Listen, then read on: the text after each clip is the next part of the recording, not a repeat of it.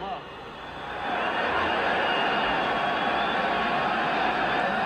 Elam is going to try this, and it will be a 60, let's call it 63-yard attempt.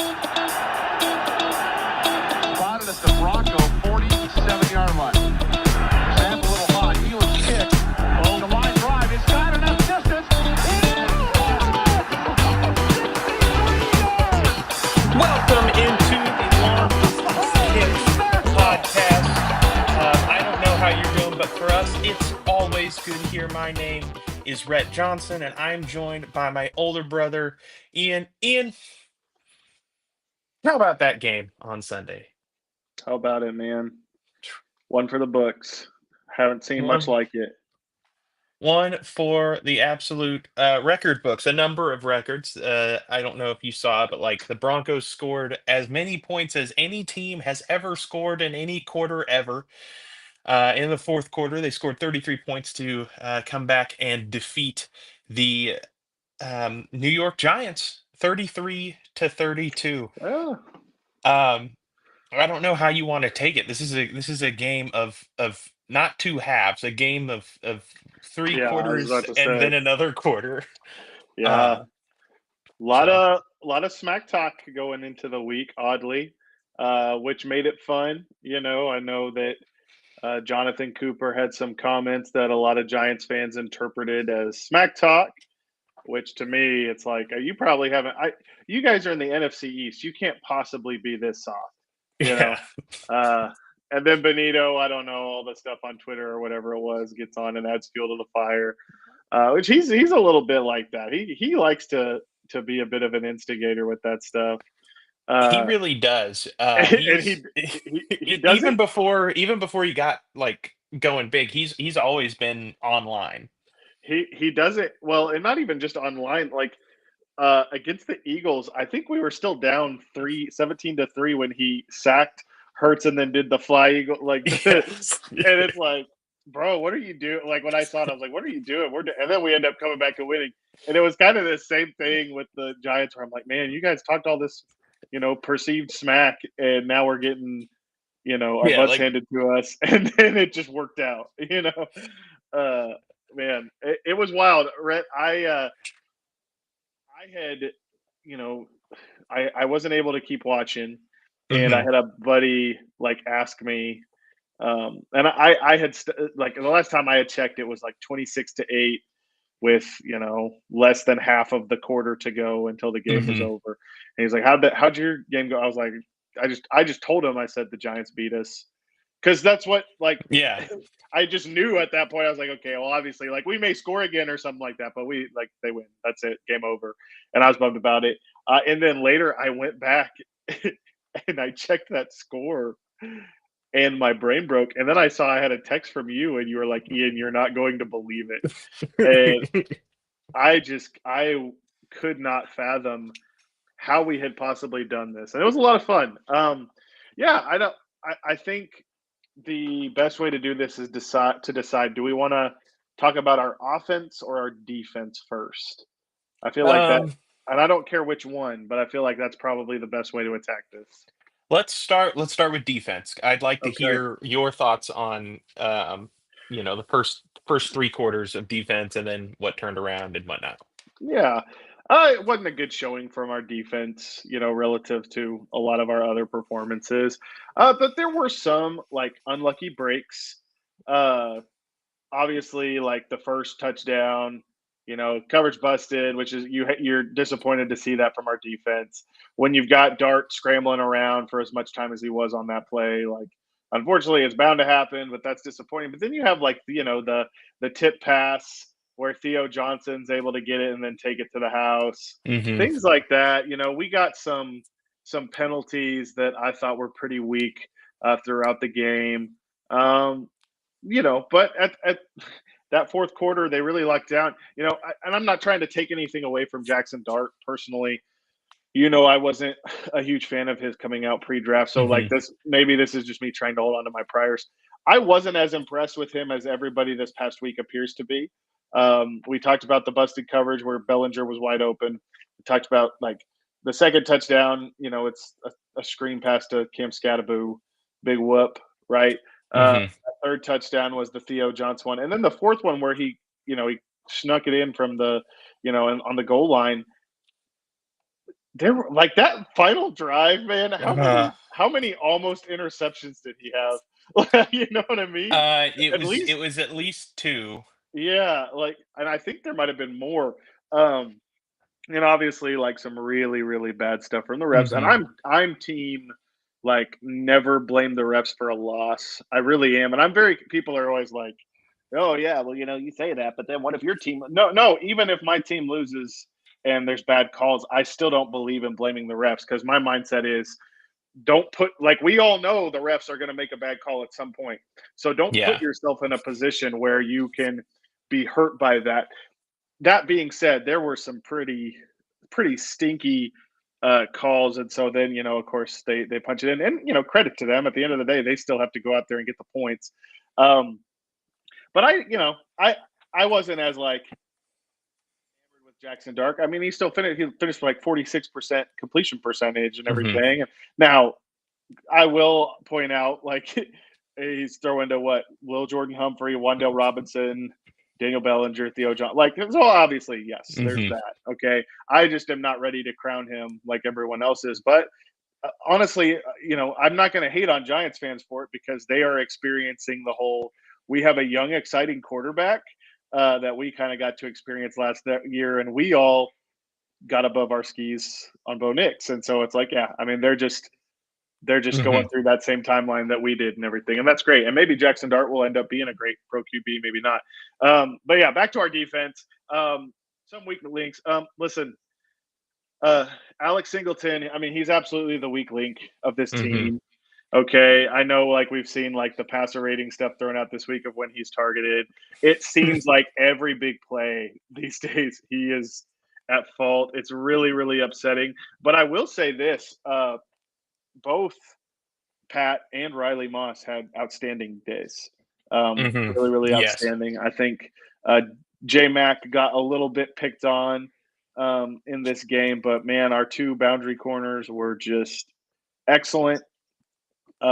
Really pleased to see that from them. And yeah, I mean, again, not a good showing from our defense. I don't think it's the type of thing where you abandon confidence in them for any reason. They're still one of the best defenses in the league, and it was just a day that for you know 45 of the 60 minutes, nothing was really bouncing our way, and then the magic happened, and we got out of there with a win, and it was great. So, yeah, I don't know. Do you have any thoughts on our defense before we go to Yeah. offense? I mean, honestly, I think I have a bit of a transitional thought for us Perfect. because what you were saying about the defense was true. I mean, they cannot be giving up 32 points to No, this New York Giants team. no, It was a lot of the combination of Cam Scatterboo and Jackson Dart is interesting because it gives the Giants the opportunity to make plays out of nothing. Like a lot of what they true. had going on was nothing, nothing, nothing, and then Jackson Dart makes a play with his feet, gets finds a guy kind of deep downfield, busted coverage, and then Scattaboo able to find yards after contact. Like that was kind of everything that they were getting, and they got a lot of points. But the reason that they did so well for like honestly the offense wasn't actually operating all that well is because for the last 2 weeks the Broncos have been stuck in a horrible imbalance, in a vicious cycle Yep. of the offense isn't producing, and so the defense for yet another game, it felt like we were playing 60 minutes of defense against a team and seeing like if we can get like points on defense Yep. to score the other way. It Yep. just felt there was a certain point in the game where second and third quarter both just really felt a lot like we're going to punt away to them or they're going to punt away to us, and we are not going to advance the ball at all. Like it's going to There be was no at best confidence whatsoever. Yeah. at best a punter's battle. And this defense cannot, like, no defense can operate under Yeah. those conditions where the game is just, again and again and again. Like, New York got so many bites at the apple, and we put them so often in favorable positions, making bad mistakes, giving up field position. I mean, uh, it was bu- bu- bu- bu- bu- bu- bu- bu- bu- bu- bu- we caught that kickoff inbounds when we could have had it go out of bounds and had the ball at the 40, and instead we took the ball at the 5. Like, Hmm. we That was really frustrating. RJ Harvey. That's There we go. Rookie Um, mistake. big time rookie mistake. We had a couple really costly penalties. Just Yep. a lot to really clean up. But so far from what I saw was, um, the way that the defense is structured meant that for the most part the Giants were getting absolutely nothing, and they just had several chances to get nothing, and it would come up. And um, I would like to address, like, Alex Singleton versus Riley Moss. I'm seeing online a lot of people, like, there's people who think neither of them are a problem and they're both actually very good. There's lots of people who think they're both just disasters. And I know you and I both fall in the camp of Riley Moss good, Alex Singleton bad. And Yep. and the reason is because it feels like every big play is either Riley Moss or Alex Riley Moss Singleton. or Alex It's Singleton. it's Yep. one of those two things, but the Yeah. plays are different plays. Every time Riley Moss gets beat, he is draped over his man. And the NFL is filled with big athletic receivers right now, and quarterbacks who give their guys opportunities. And Riley Moss struggles, it seems, with anything, with the prototype of like a big physical receiver that can make that catch. But that's because every corner struggles with big physical Yep. receivers that like catch the ball even when covered. Um, the difference is when Alex Singleton seems to give up a big play, it's like he stepped in the wrong direction. He's not in the screen anymore. Yeah. He missed a tackle. It's like, yes, these two names are the names you're going to hear. Our defense is built for that. We want to force teams to test our outside corners, and teams would rather die than throw at Pat Surtain most of the time. And so Riley Moss is doing an incredible job holding up the floor of the defense. And while he's doing that, Alex Singleton it's just one of, like, I kind of feel bad because I'm not supposed to have to hate Alex Singleton. I don't know why Alex Singleton was ever considered a starting linebacker in this league. He was not considered that when he was in Philadelphia. Philadelphia, he had a chance to play some, and they were like, "Okay, thank He you, was he was one thank of you, the worst next." linebackers I've Yeah, ever seen when he was with the Eagles. he was bad, and Philadelphia moved on from him. But he was a great guy and was like a solid special teamer at the He time, and was is. that, And I like, yeah. he should be a very very good backup linebacker and a special teamer. And in that role, he would be like, he could, I don't know, maybe go to Pro Bowls as like a special teams person. Like, he's very good at some things. He does get a lot of tackles. My issue is that they're all like 5 or 6 yards downfield.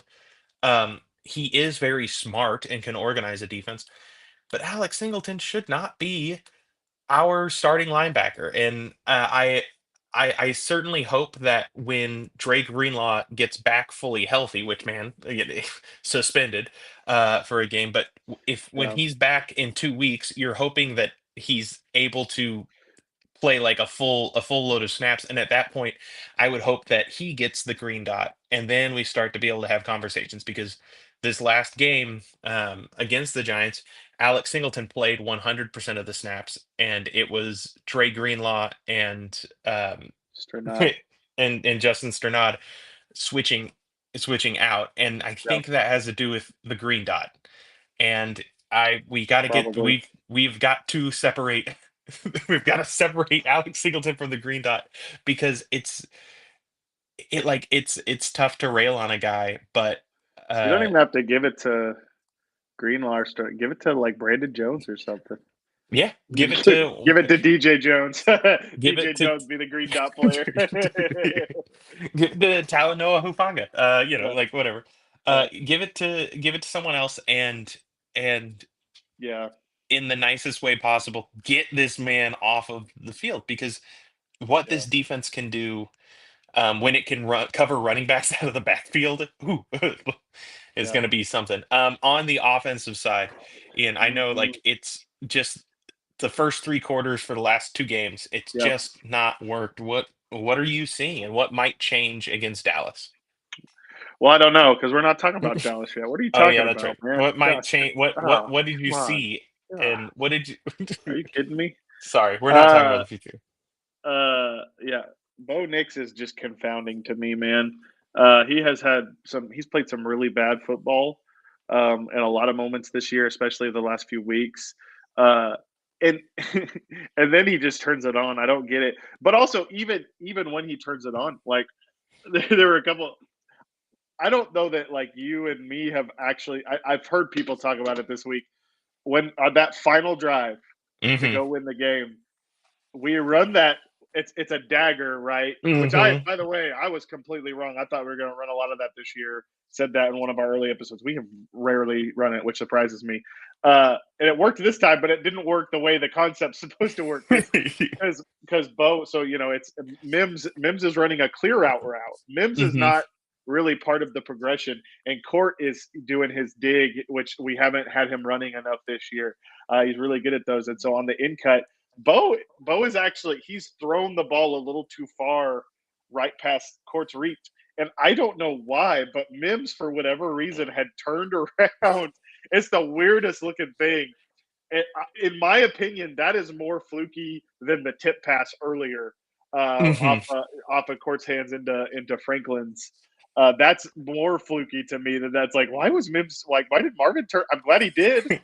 That was great. That Like was really impressive by him. But like, in real time, like it's like, oh my gosh, a dart to Mims. It's like, no, Marvin was not.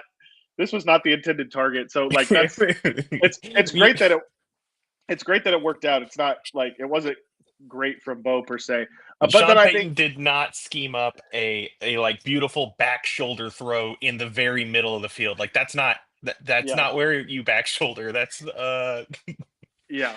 Now then the following play to Court, I thought like Court will get the credit because he went up and got it, but I thought it was a well placed ball. Like we've Mhm. talked about this before, throwing those balls, those go up and get them balls, that's still a skill. Like you still got to put them in a spot. So I was impressed by that. I will give Bo some credit. Uh, I thought particularly on both of the 2 point conversions, I thought that was a really good job by him. The first one placed the ball really well low and outside to Court, and Court made a Mhm. great catch. And then the second one to Troy, like Troy kind of gets schemed open, but what was impressive to me was Burns like really like flew into the backfield right off the bat, and then the back. I don't remember which back we had at the time, but picked him up a little bit. But Bo Mhm. normally he kind of panics and gets happy feet, but he stood and he delivered the ball. So I want to give him some credit because he started turning it on, and it's a weird phenomenon with him. And people are really jumping the gun and throwing out Elway comparisons because the whole like when he was young, it's like oh garbage until crunch time, and then he turns into the hero and everything. I think that's a little crazy. Um, I and so I'm gonna kind of work my way through this. Mhm. Okay, so with Bo, part of me is almost like this feels like I could hear like Skip Bayless making this argument. Like this Yeah. feels Bayless coded. Part of me is like, do we quit trying to make Oregon Bo Nix happen, and do we actually unleash Auburn Bo Nix? You know what I mean? Like, I don't know.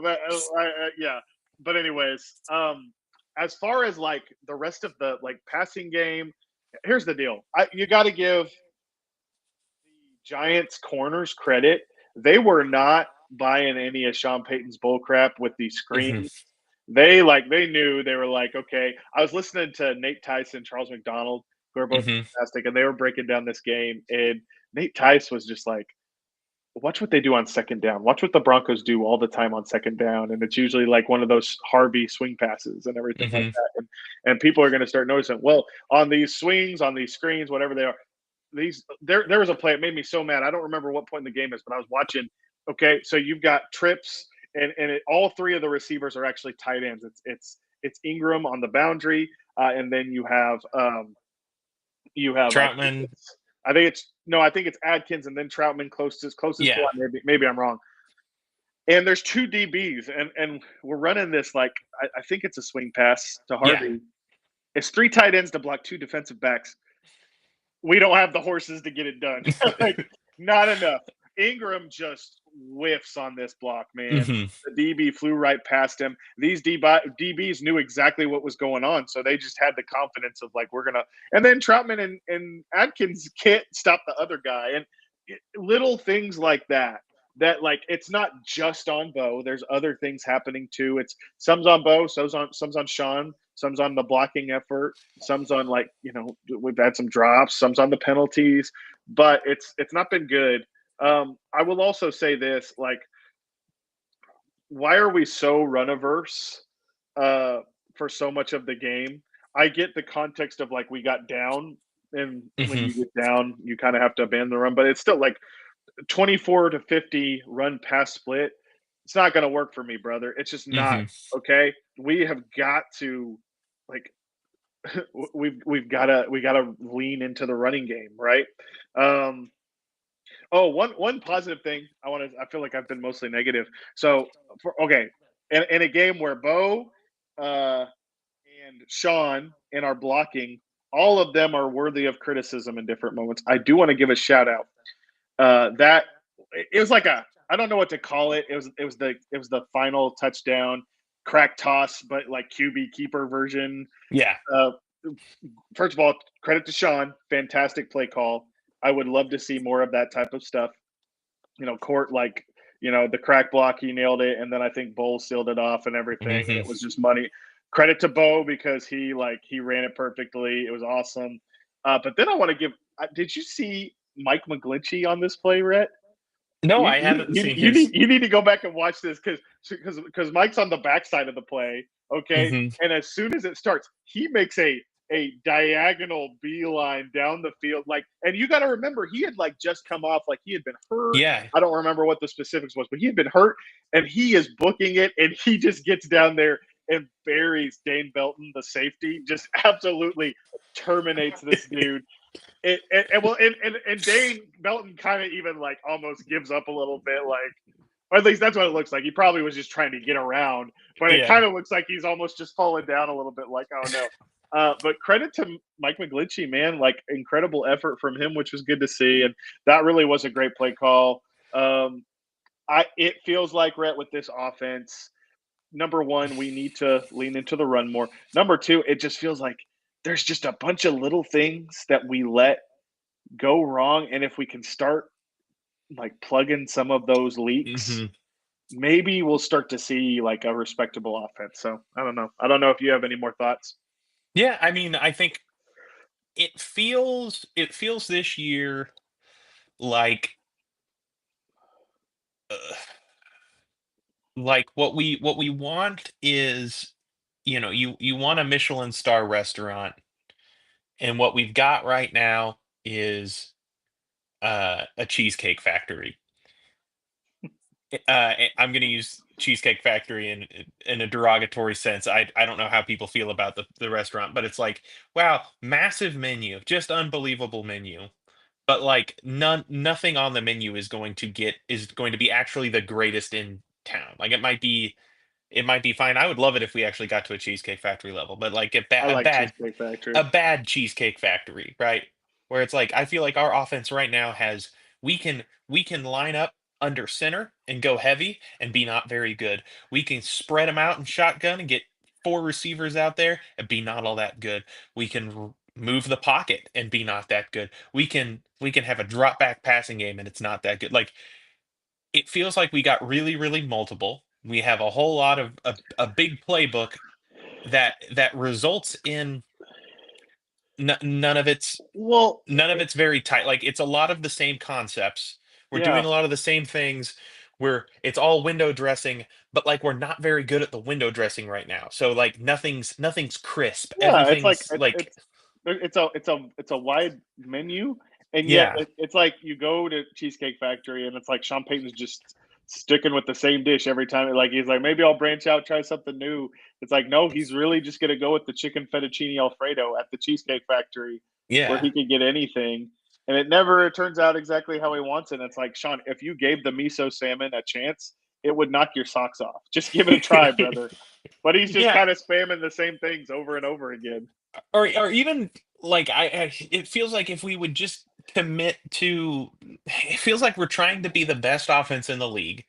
Like Sean Payton, he's like Yep. the menu, the play call sheet and whatnot. Like if we're executing everything to a super high level, we should be just absolutely dog walking teams because like Yeah. he's going for it. Now, But like none of I wish that we would maybe commit to, like, if we said, all right, to heck with this for the next week or two, like we're really going to just drill down and get like a smaller portion of these plays down really crisp. That's the issue. Is yep. just like the execution's just Yeah, and that's awful. and execution's part of it. Like, let's give Sean a little bit of fairness here. Like, I mean, he is like he's dialing up shot plays. It's not Mhm. like he's not, and Bo's not hitting them. And like, okay, I know people in real time were kind of upset because the red zone sequence as a whole was awful, but the Bowles pass thing, Yeah, uh, it was I mean, great. Garrett was wide open, and then Bo Mhm. just I don't know what. Oh man, it still bothers me thinking Stepping up, about it. trying to sidearm, and even if that pass got through, I don't know if Garrett Bowles catches that thing because he threw it at a billion miles an hour at him. Like it's Right. he's standing Bo in Garrett, 10 yards of open you space. could have Just you could hit have him granny with the shot it. floater. You granny shot that thing, and he'll get it, bro. He was wide open. Yeah. So Yeah, it feels like again, with my limited high school soccer coaching experience, you can't start if the team isn't ready for the expanded full playbook yet. yeah, You have to pare it down, and you have to get the little things, the fundamental things down really perfect, or else you can't go, build off of that. And it feels like an offense that we went from year one to year two, and Sean Payton said, "I want to go from year one to year two." And really yep, expand out. And year one, we were doing, a lot of we were just moving the pocket, and we weren't doing anything overly creative and simple reads and all this. And then year two, we're gonna open up the full playbook, and it's gonna be a drop back passing game with full reads and all this different stuff. And it's like Sean, last year's offense, I think, is enough. yep, Like, and I know that maybe coaches are going to be prepared for it and there's going to be counters, but what I'm saying is, you know, yep, take some off of Bo's plate, or uh pare down so that your receivers know where they're supposed to line up all the time. So that yep, I don't know. We've got to the execution side is really killing it. And so obviously it's hard to say how much is that the players and how much is as the coaches, but I'm like, the coaches are supposed to be preparing the players. So I'd yep, like to see us not not overthink it. Run the ball, give Bo a look, and then tell Bo, hey, if it's not immediately open, dude, run. uh, You're yep, so dangerous in the run game. And so often right now it feels like Bo is just trying to succeed in a very particular way. He is trying to succeed by staying in the pocket and making these throws, and it's like, it's just not working for me. So I'm not sure. My last thing, something I need to get off my chest about this game is this: I love, um, I like being sentimental. Um, I think it was an incredible way to honor Demarius Thomas by having a wild comeback. We have to stop with the numerology, though. Ian, I'm not sure if you saw, because yeah. you are The 33, like the DT died 30 when he's 33. the 33 thing struck me weird. We can't do that. That's really weird. 33, like looking back in time and saying, man, DT, he died at 33 and we scored 33 points and we had 33 seconds left on the clock for the last drive. Like, but that's not how numerology works, dude. That's a really morbid thing to be like, oh, and DT Yeah, died at 30. Like, if we had a minute and 23 seconds left and it was 88 seconds left, I would like to see it. And I will say, I believe DT was there.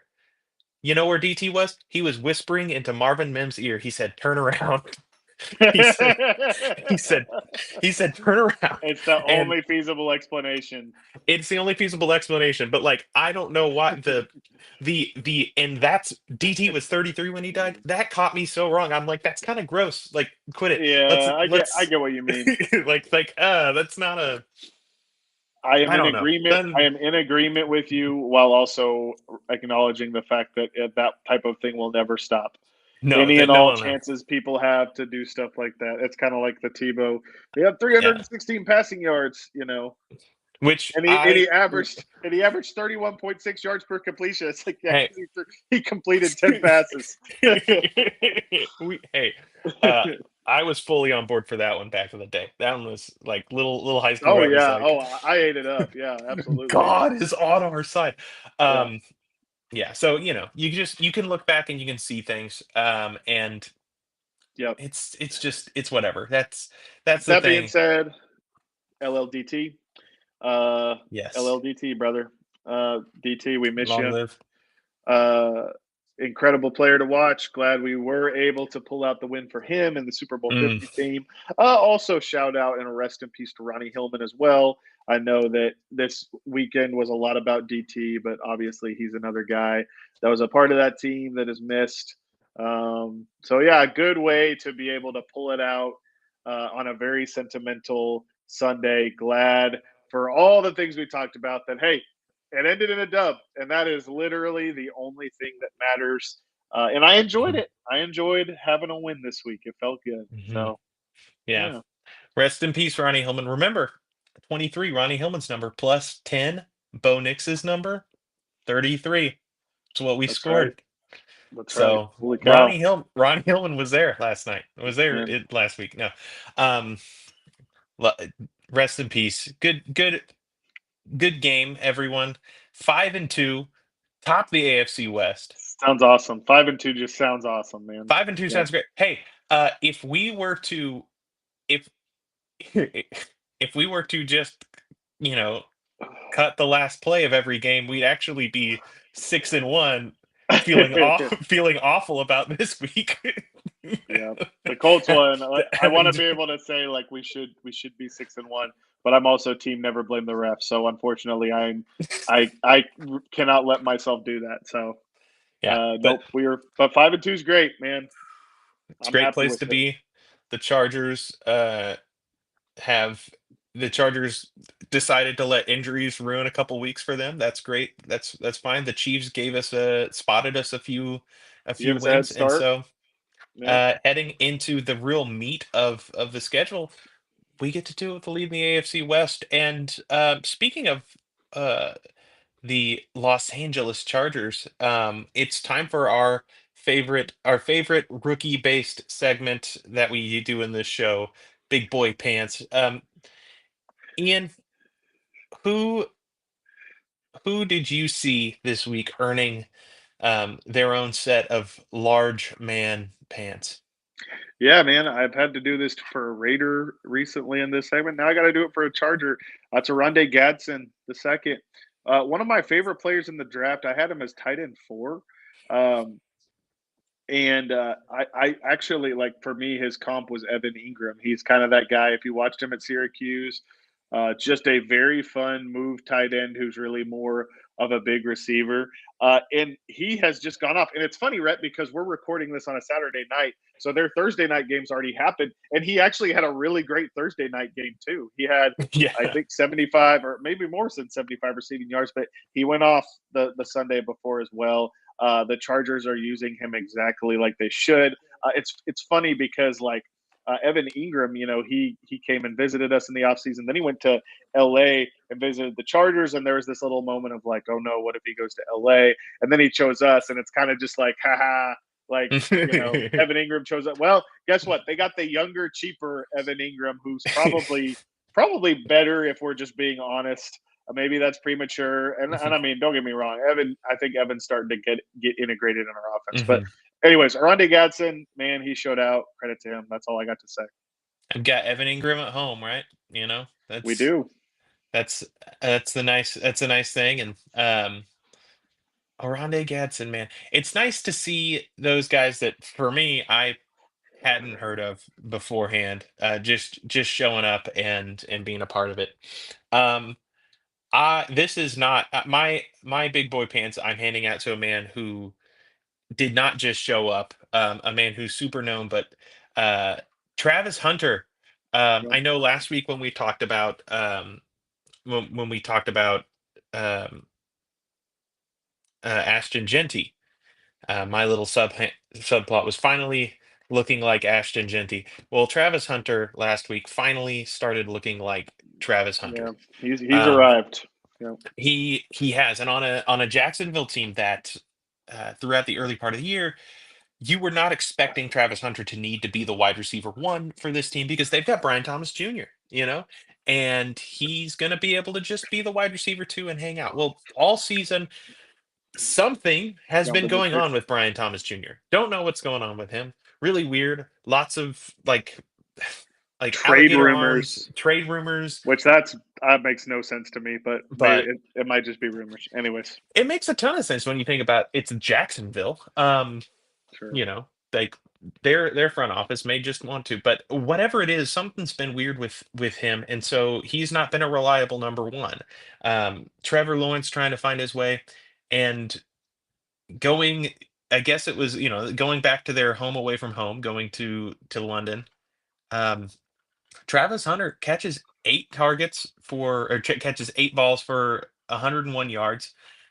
He had double the targets that he's ever had. His highest beforehand was 7 targets. He got 14 targets. So he caught more of his targets than not. You'd like to see maybe a more efficient showing there, but he he carried the load of a number one. 14 targets, 8 catches, 100 yards. That's a wide receiver one production. And then still played some on defense. Was more of their nickel, but had a very consequential coverage snap against Devontae Adams where they were stacked up. It was straight man. And he got beat a little bit on the initial cut and then recovered and forced it in a situation where there had to be a perfect ball and the ball wasn't perfect. Got the breakup, good coverage there. Like you're starting to see Jacksonville gave up a lot for Travis Hunter, and he's going to have to be productive and usable on both sides of the ball to justify um, being. They gave up basically 2 first rounds to draft him. They drafted him more or less with 2 first round picks, and dude's a freak. Yeah, Kid's just a freak. yeah, So I'm giving him a big boy pants. That's nice, nice, quick, svelte segment. oh yeah. Svelte, We is that the right word? Svelte. Svelte? is svelte. All right, moving on Is to the that next mean it, segment. it either means skinny or I guess yeah, it's skinny. I don't I know. don't know. Whatever. Listen, if you know the definition of svelte, email us at longdistancekickspod@gmail.com and We'll get our we'll figure it out. we'll get our producer to respond. Yeah. Um Up next, let's take a look at the 2026 draft. Back to our favorite not yet rookie based segment, early beef. This may be, I think, I Sorry, haven't looked too much, but this based on other rankings, this may be more mid round beef. But it is. this So. this week we're going to be taking a look at You just have him at the podium. It's not even a dude. game Yeah, picture. listen. We got Pat Coogan, the center, who is out of Dugan. uh, yeah, center out of Indiana. He was formerly at Notre Dame, played a few years there. 6'5", 311 pounds. He's a redshirt senior. He is technically right now, today, as the crow flies, 22 years old. But next month he's turning 23. So I'm gonna count him as a 23-year-old so that we know age wise. Fine with Notre me. Dame prospect transfer, and man, the kid gives one heck of a pregame speech. Ian, I don't know if have you seen any of the videos of his pregame speeches? I Oh, would I haven't. I would play them live on pod, but I cannot. Okay. It is I bet they it's sound great. they're impassioned, they're great. They are about the F bomb is a comma for him. Okay. Uh but he's he he has a number of he gets very impassioned. So I wanted to I took the picture of him at the podium because really I think the thing that you're getting from Pat Coogan is not just what he puts out on tape in the football field. He does seem to be a certified leader and like a fiery voice in the locker room as well. Ian, what did you see when you watched Pat Coogan? And what did you watch any of his Notre Dame stuff, or did you watch just Indiana? I watched a couple of his Indiana games, or sorry, a couple of his Notre Dame games, and then one of his Indiana games. I like Pat Coogan. I'm actually putting him at interior offensive lineman number one. I'm Mm. just joking. That's not true at all. Like, oh. No, I do like him though, and sometimes like I watched him and it's like, okay, this is not a first round player to me. But like when it's like kind of more of a mid round guy, it almost like you give yourself permission to just have more fun and enjoy it. You know what I mean? Mhm. So like I'll just clear this up at the beginning. Like for me, I wrote down if the draft was today, I'd see him as someone who projects as a reliable reserve player in a gap scheme run offense. I don't see him going day one, early day two. Like I see him probably going sometime, the top of day three or something like that. But there's a lot to like, and then some questions. So I'll tell you what I liked about him.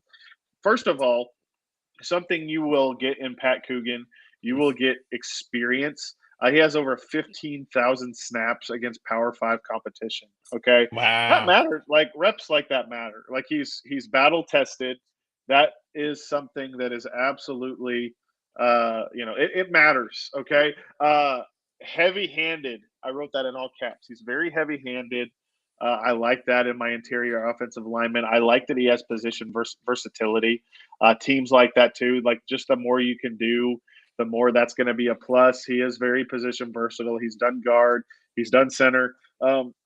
I also like we have a tall interior offensive lineman who, from what I saw, he doesn't really have big pad level issues. Like Hey.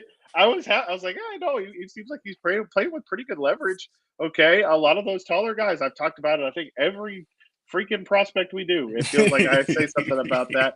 I really liked his play strength too. I didn't Mhm. think it was like elite, but I liked it. It's like, yeah, I think he's got the goods in that area. As far as my concerns, I mean, quick twitch pass rushers are gonna beat him. They're just gonna beat him. I thought like it's not that I think he's a terrible athlete. I wrote down clunky stiff mover. He Mhm. just I don't know. Even like Jake Slaughter, who I wasn't as huge of a fan of as you were, like you can see like the vision and everything like that. And then some of these other, I mean, Connor Liu's like a ballerina out there, man. Yeah. Uh, he just felt a little clunkier, and a little more stiff, right? So I just feel like he's one of those guys who, he can be if he's your like first reserve interior O lineman, you feel good about your depth. But I just think that he's probably a little too limited to be a high end starter for any window of time. Want him on my football team, but again, I'd say probably like a early to midday three type player. But I liked Pat Coogan, and excited to see more of him this season. Yeah. I enjoyed watching Pat. This is a man who would be a Hall of Fame center if he played in the 1980s. Um, you know, if he was only ever having to deal with really power up the middle and only having to deal like it, not in a lot of not having to do a whole bunch of movement stuff, Yeah, not overly set in a passing game offense. Like he'd be licking his chops. Like he's a kind of an old school player. um, The lack of athleticism or the lack of, like you said, quick twitch, like farmer strong, they yeah. don't call anyone farmer fast or farmer quick. Like Farmer, they just farmer explosive. farmer. Yeah, he's not farmer explosive, he's just farmer strong. I mean, look, look at these arms, man. They tell you the story. Like this is a man who is strong and can move you, but that it's not defined muscle. He's and not even it's not even like a body shame thing. Just like he he plays like this photo looked. Um, Smart player. I saw I saw maybe one bad snap from him. I watched their Michigan State game, Indiana Michigan State, and I watched Indiana Oregon. And those were really interesting games. Oregon threw a lot at him. He was dealing with a lot of athletes, and he held his ground pretty well. But Indiana doesn't ask him to do too terribly much. Not a lot. I wasn't seeing him getting out and doing a whole bunch of like pulling or doing reach Yeah, blocks all that much. yeah, He is almost like I think he could probably, like you said, he could probably play some guard at the NFL as well, because of his size, because of his strength. Just nothing super high end with Coogan. So right. I agree. This is someone who you're drafting, and you are not assuming that he's not going to walk into a program at the NFL level and take over as far as what I would expect. I would expect him to come in and be be a really serviceable backup center or guard, and that kind of versatility is going to really help him to stick on a roster, and Yeah, based on his experience and his ability to do what he's really good at, I expect him to stick around in the league for a long time, and he's going to be, you know, moving back and forth between maybe being a starter, being a backup, or just bouncing around the league as a backup player. And God bless him, he's going to make some generational wealth for him and his family, uh, doing just that. yep. I liked Pat Coogan.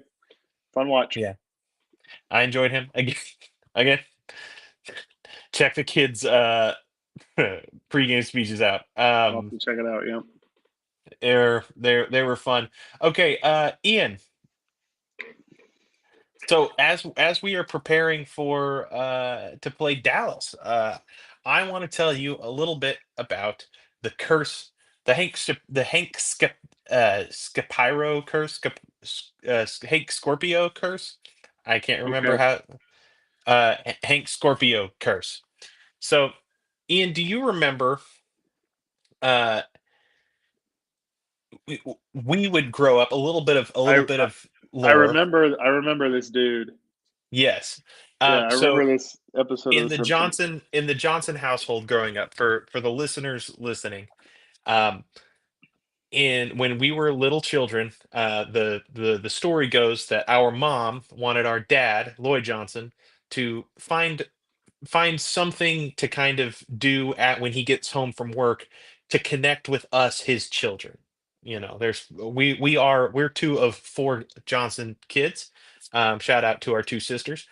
And our dad decided whenever we were just but little children that the way that he was going to connect with us every night was to have us all sit down and we would all watch The Simpsons together.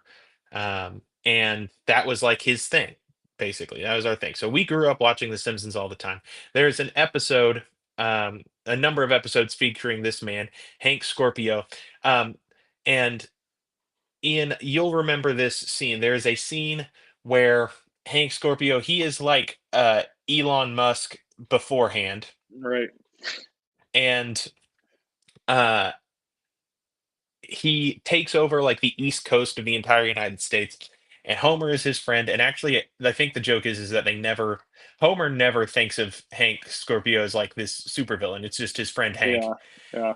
And he expresses to Hank that his dream one day is to own the Dallas Cowboys.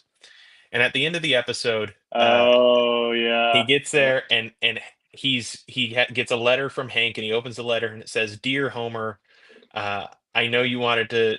I know it's not the Dallas Cowboys, but it's a start." And Homer walks outside. The Denver Broncos. And he says, "Oh, Yeah. the Denver Broncos," and that's the joke. And That's right.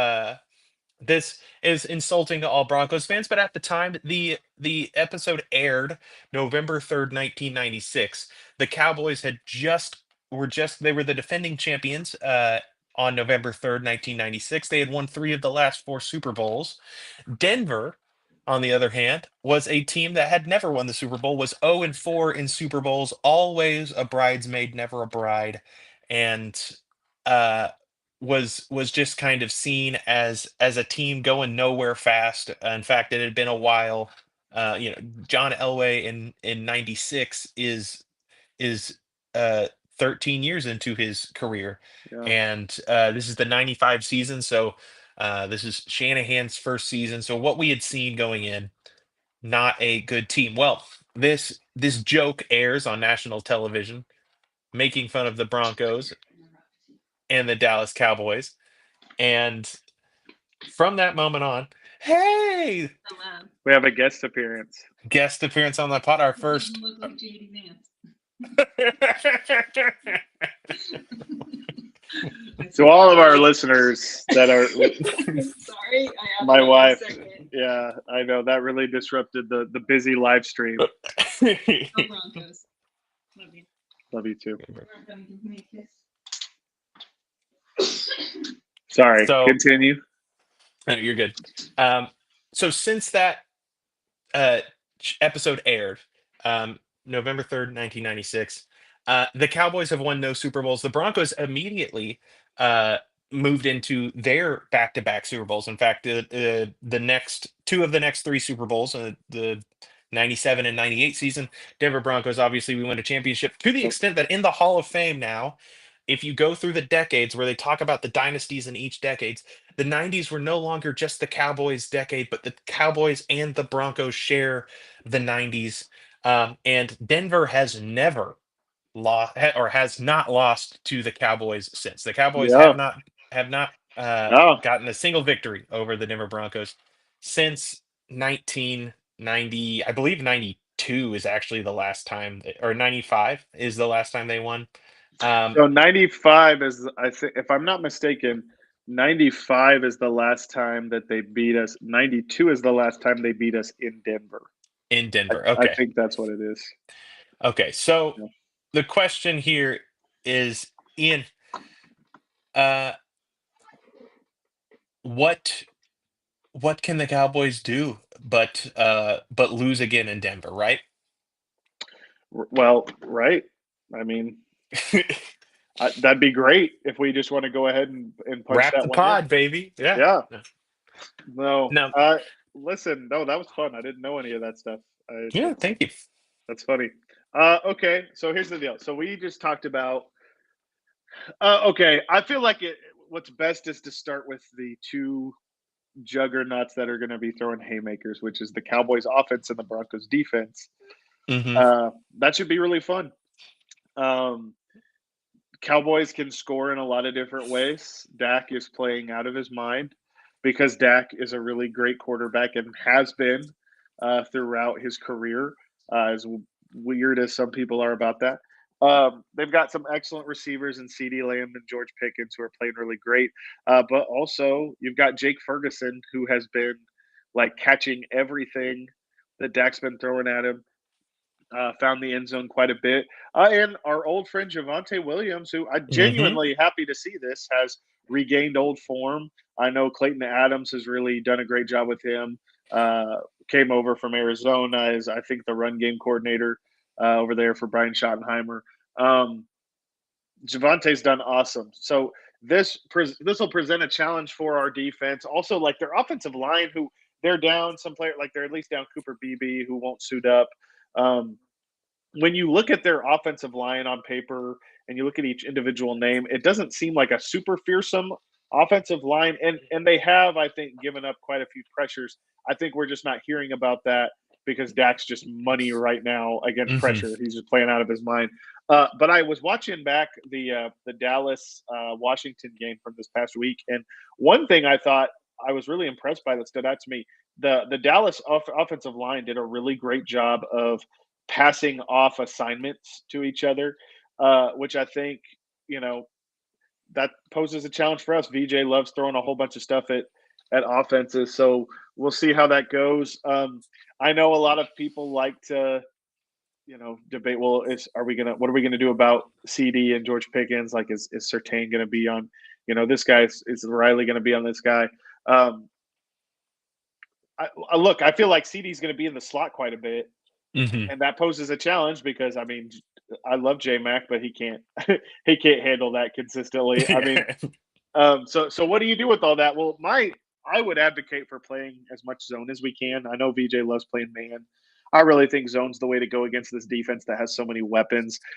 This is a game where it feels like, as much as we defend Riley Moss, he will probably struggle a little bit, and we just need Mhm. to be okay with that, especially if he finds himself on George Pickens, who, like, Dak and him have been locked in, and I could just see another one of those, like, jump balls that Pickens high points, and Moss, it's like he's right where he should be, but there's no defense for the perfect pass.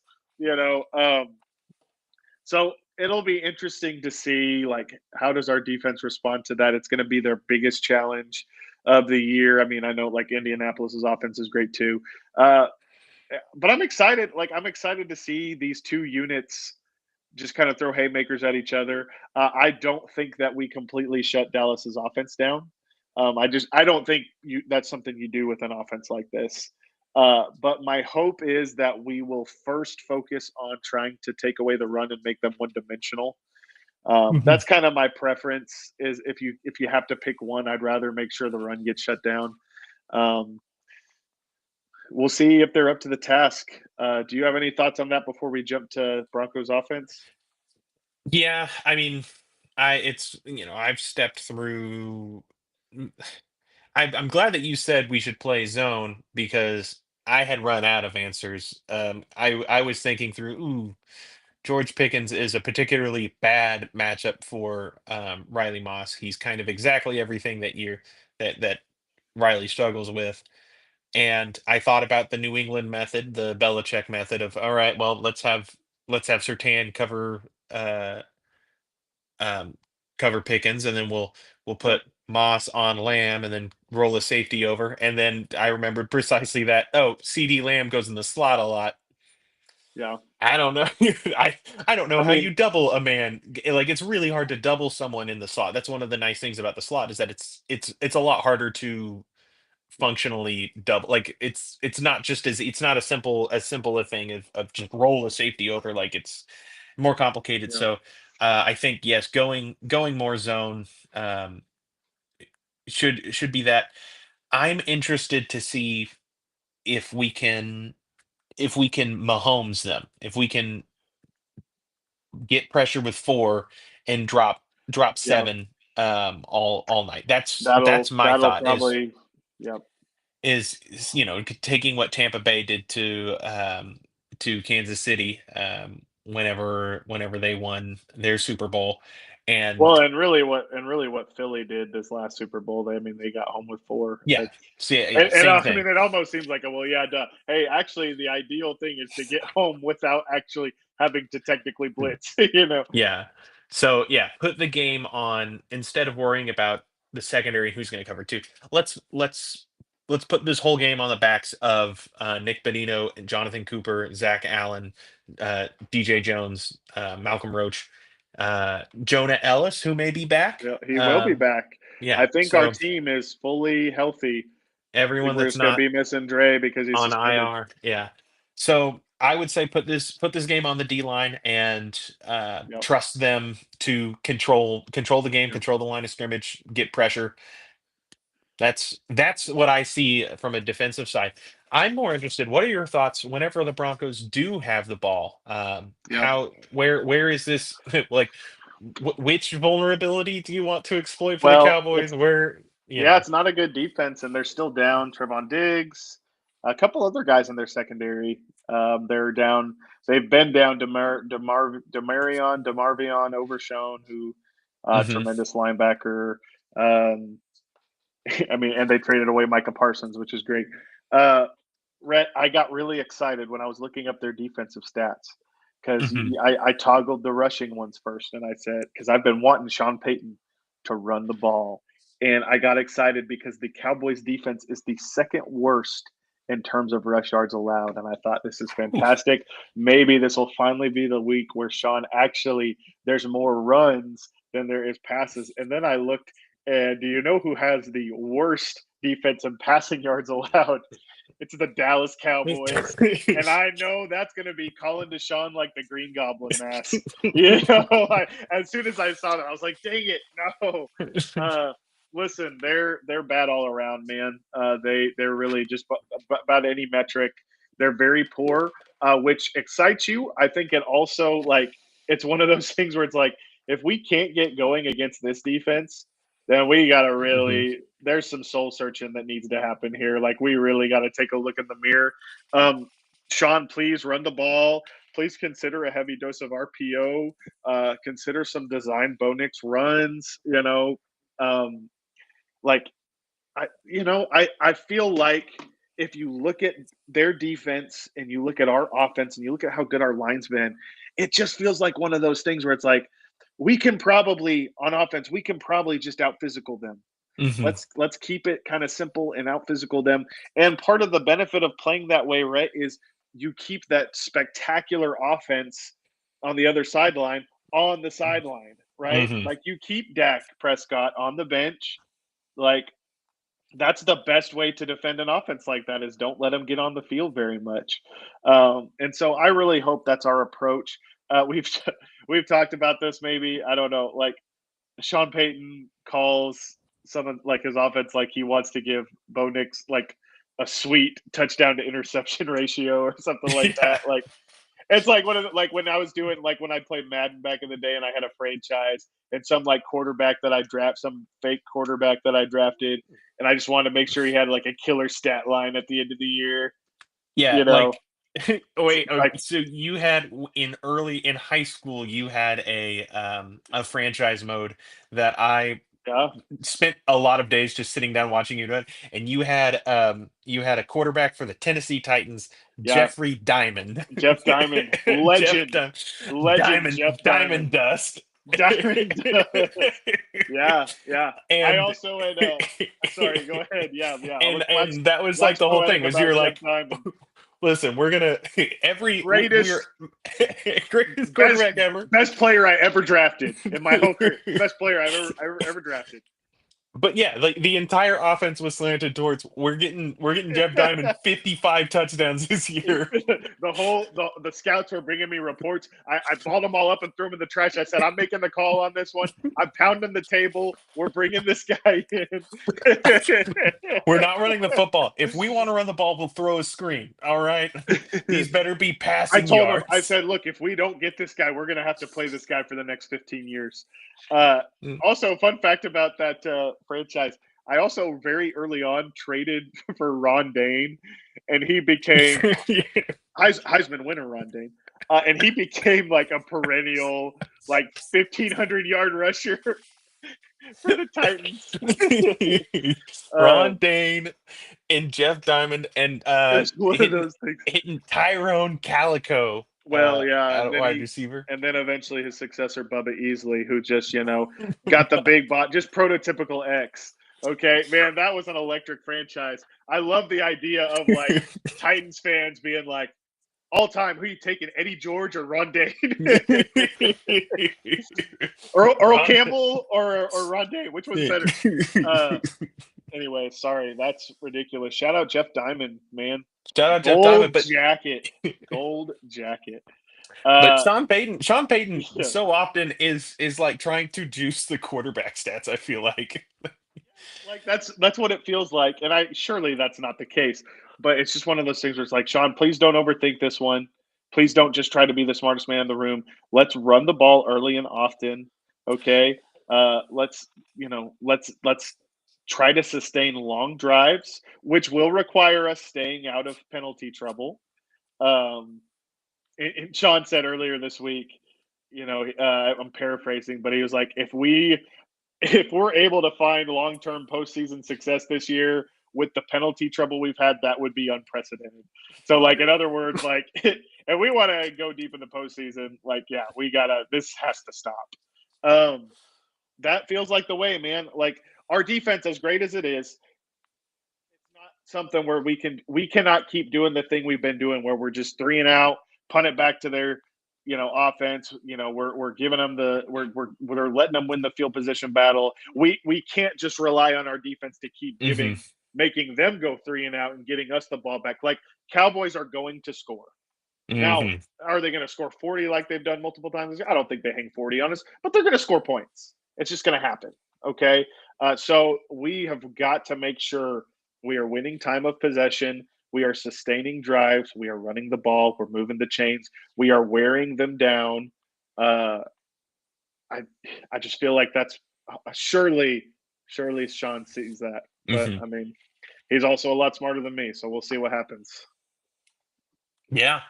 I think that's the thing is shrinking the game. I mean, it's a classic. It's the same strategy that teams have been implementing since like the greatest show on turf back in like 2001 or whatever. Run the ball, sustain drives, give your defense rest, win the field position battle. Um, I I really, really, really hope that this is just a week that our offense needs where Bo Nix can get right because um, it's gonna come to like I think it's going to come down to that is do we set our defense up for success? If the offense and the special teams help the defense out, I think that we can very much win this game. And then if the defense can um, come through in the red zone, if we're turning 7 into 3, that's gonna be huge. This the Cowboys defense is so bad. In fact, It's really bad. It's my really favorite bad. NFL tweet I saw this week was I don't remember what the account was, but they were showing the EPA per play, like offense and defense, like a chart that had both, and they said there's two truly elite offenses in the NFL this year: the Dallas Cowboys and whoever is playing the Dallas Cowboys. Yeah, man. If And we can't move the ball against this defense, that's a brutal indictment. I'm not gonna lie. yeah, So yeah, so we will see. I am nervous about this game. me too. You know. Me too. Um, but let's see. Let's get score predictions. Another week gone by, another week where I think both of us were pretty terribly wrong about what the score would be. And Yeah, that's okay. Let's see. I Ian, don't even remember. you had a 23-17 win. I Okay. had a 27-10 win. So you get the win there. I won't do the math, but I feel like Yeah. you were closer to the true total heading into week 8 with the Cowboys. Ian, what is your final score prediction? And I mean, how do you feel like the game is going to go? Well, listen, we're wearing our throwbacks, which is, it's like, okay, that counts for something. Hmm. And we're at home, which I'm grateful for. However, I just have a weird feeling about this one. And again, I do know that like the Cowboys are going to like they're going to put points on the board. Um, and for us to win, that requires that we also put points on the board, which we should. However, if we're going into a shootout and it's Bo Nix versus Dak Prescott, I tend to take Dak Prescott. And it's just one of those things. I hate to pick against our guys, especially at home, especially when they're wearing the throwbacks, especially when they're coming off of some really impressive late game heroics from the last few weeks. Um, it just feels like that's the way it's going to go, though. It just feels like the Cowboys will pull this one out. I think I'm going to go 27-23 Dallas. Ultimately, I think that we score some points. I'm not prepared to trust this offense until they give me a reason to. So, yeah, 27-23 Dallas is what I think it is, unfortunately. Okay. Okay. I'm going to I'm going to be on the other side of it. Here's how I see this game going. I think it's going to be a lot of yardage in this game. Um lots of between the 20s is going to be just a 5-lane highway for I think both squads. Denver's going to be able to move the ball on the ground a lot, and as opposed to the last 2 weeks, I think our screen game is going to be more successful. Um, the Cowboys a lot. Their defense is just it's a lot of They're bad, we're going to man. be They're able to, really they're bad. bad. They're Yeah. they're very much bad. And Yeah. the Giants and the Jets are both very low key, like good defenses that play with their hair on fire. And the Cowboys defenses doesn't have that dog in them. So I expect our screen game to work better.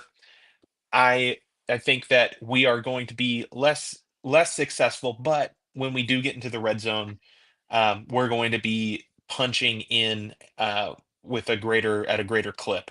So I see the Cowboys moving between the 20s quite a bit. They're just a very good offense, but once you get those condensed spaces, I think that this defense really bows its back. I'm going to predict 5 field goals from Dallas in this game. The combination of the thin air and uh, Yeah. a good red zone defense. The Cowboys are going to kick 5 field goals. They're going to end up scoring 22 points. They're going to have 5 field goals and a touchdown. We're going to keep them out of the end zone all but once. Okay. Um, but lots of scoring drives for them. They're going to score 22 points. We are going to beat them, edge them out 24-22. Okay. We are only going to have 4 scoring drives, but uh, I think I think let me just continue throwing out hot takes. I think we get 1 touchdown on the ground uh, from Bo Nix and two touchdowns on the ground from the 2 touchdown day out of RJ Harvey. He's going to be the Oh. one that breaks him. Uh, Okay. because I'm just I love it. trying to get freaky. Um, and we win. I think it's probably I think it's a tight one down to the wire, but I don't think it's a last second one necessarily. I think, yeah, that's how I see it. That's how I see Okay. it. Lots of field I goals for hope them. I hope you're We're gonna right. punch it through. Yeah. Boom. And that's get ready for it. Oh. I'm ready, man. hmm Another daggum afternoon game, unfortunately. hmm The Texans one's at noon the following week. Oh, that'll be nice. Yeah. Ian, just a final parting thought. If you were to be a cowboy and you were a famous outlaw in the Wild West, what would your cowboy name be? I'm going to reject that ridiculous question and instead use this as an opportunity to talk about the fact that I'm really happy about the chili recipe that I've kind of slowly perfected. We had it tonight, high of 59 degrees, so of course I had to get Oof. get the pot out and cook up some chili. I kind of like just the blend I got going here, and I think that all of it works together to just you got the brown sugar in there, you got the green chilies in Mm, there, you got the kidney beans and the black beans in there. You got the fire roasted tomatoes. You throw it all in, and you kind of. I don't put onions in. I actually just chop the onions up, and then I add it raw into the chili. I think it adds a nice crunch to it, and so I'm really happy about that. I don't even remember what your ridiculous question was because I just would That's rather talk about that. hey, So that's fine. Because we made a stew tonight, and we've been working on the stew recipe. It's one of the few things we usually at our in our household, like it's not like we don't have days in which we cook. It's just meals that we cook. I cook most of the time, but then yeah, there's certain meals that yeah, are Elisa meals. She handles most of yeah. the soups. And on a stew, we both contribute to the stew, and it was a nice a collab. Get a little bit of we've mixed it around. Last time we did a stew, we put a little bit of Guinness in there. This Okay, time we did it with red wine instead, and that one absolutely banged.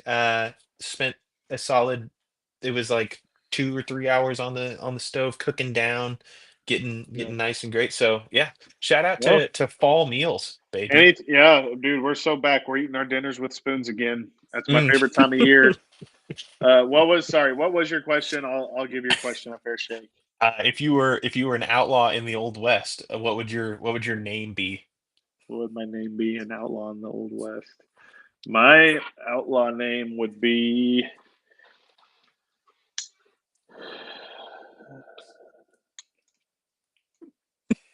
I'm trying to come up with something. I don't know, man. It'd be Hank Scorpio. That'd be me, Hank Thanks. Scorpio.